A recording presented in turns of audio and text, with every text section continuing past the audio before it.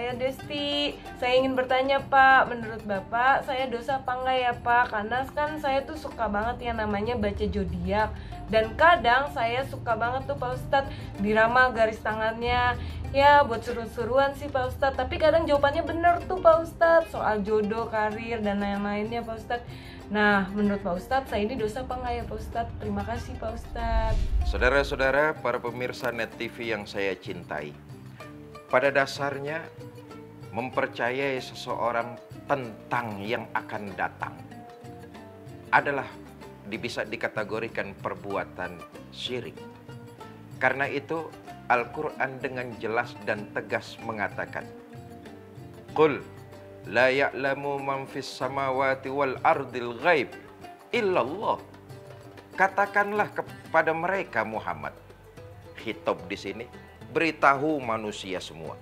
Tidak ada perkara yang gaib diketahui oleh manusia, baik itu yang terjadi di langit dan terjadi di bumi. Artinya tidak ada yang tahu, jangankan hari esok, 1 menit ke depan tidak ada yang tahu kecuali Allah Subhanahu wa Ta'ala. Karena itu ramalan-ramalan tentang hari depan, kalau kita mempercayainya, jatuhlah kita dan terjebaklah kita kepada syirik, menyekutukan Allah Subhanahu wa Ta'ala.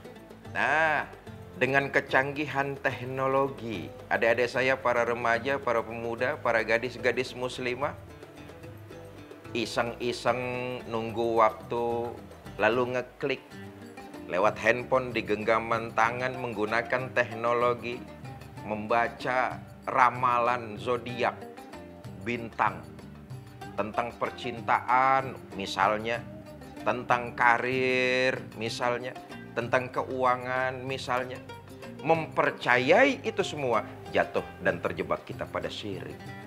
Wah, kamu lahirnya hari Selasa, nggak cocok main di air. Iyalah, namanya manusia, nggak bakalan cocok main di air, saudara. Mempercayai itu semua syirik kepada Allah Subhanahu wa Ta'ala. Dan dalam hadis dijelaskan, orang yang mempercayai ramalan-ramalan tersebut, dia meyakini nyata atau cuma dusta, tapi dia mempercayai. Misalnya, menurut zodiak besok keuangan saya aman. Ternyata besok benar keuangannya aman. Kalau toh itu terjadi, itu kebetulan. Tetapi dalam Islam tidak ada kebetulan. Itu memang rezeki yang diberikan oleh Allah Subhanahu wa Ta'ala. Tetapi proses sebelumnya mempercayai ramalan itu masuk syirik. Sekali lagi saya katakan, kata Nabi, barang siapa yang mempercayai ramalan-ramalan tersebut, maka sholatnya tidak akan diterima selama 40 hari. Ya Allah, sholat dalam hidup umat Islam adalah merupakan kewajiban. Kalau mempercayai ramalan-ramalan tersebut, Nabi mengatakan sholatnya tidak diterima selama 40 hari 40 malam.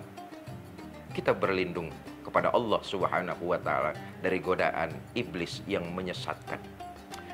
Imam Nawawi mengatakan, yang tidak diterima bukan sholatnya.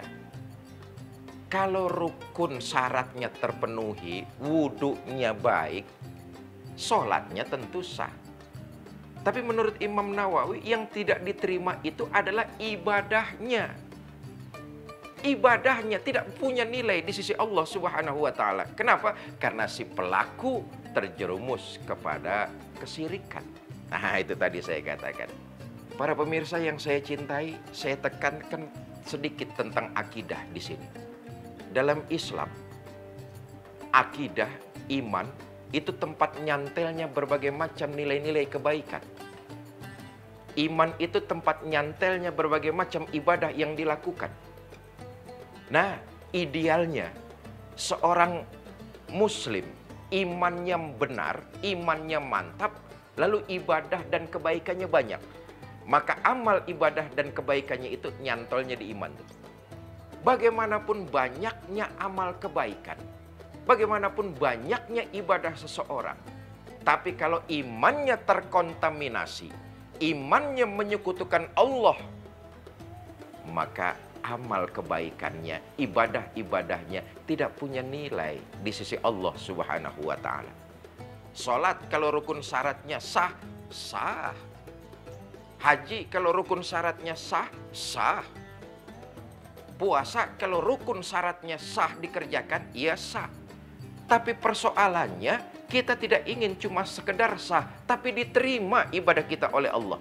Orang yang menyekutukan Allah dengan sesuatu, maka ibadahnya ditolak. Tidak punya nilai apa-apa. Allah enggak perlu dengan ibadah-ibadah tersebut.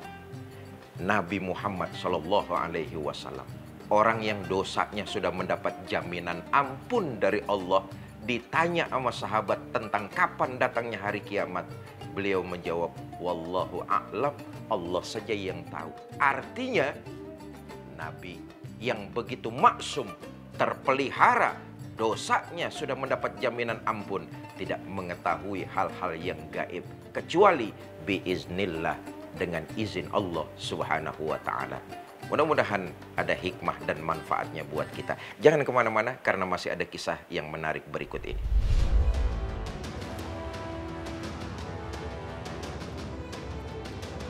Lihatlah, orang yang sudah terpengaruhi dengan alkohol, minuman keras, akal fikirannya akan ketutup. Al-khamru umul khobais. Minuman keras itu mbah buyutnya perbuatan setan. Karena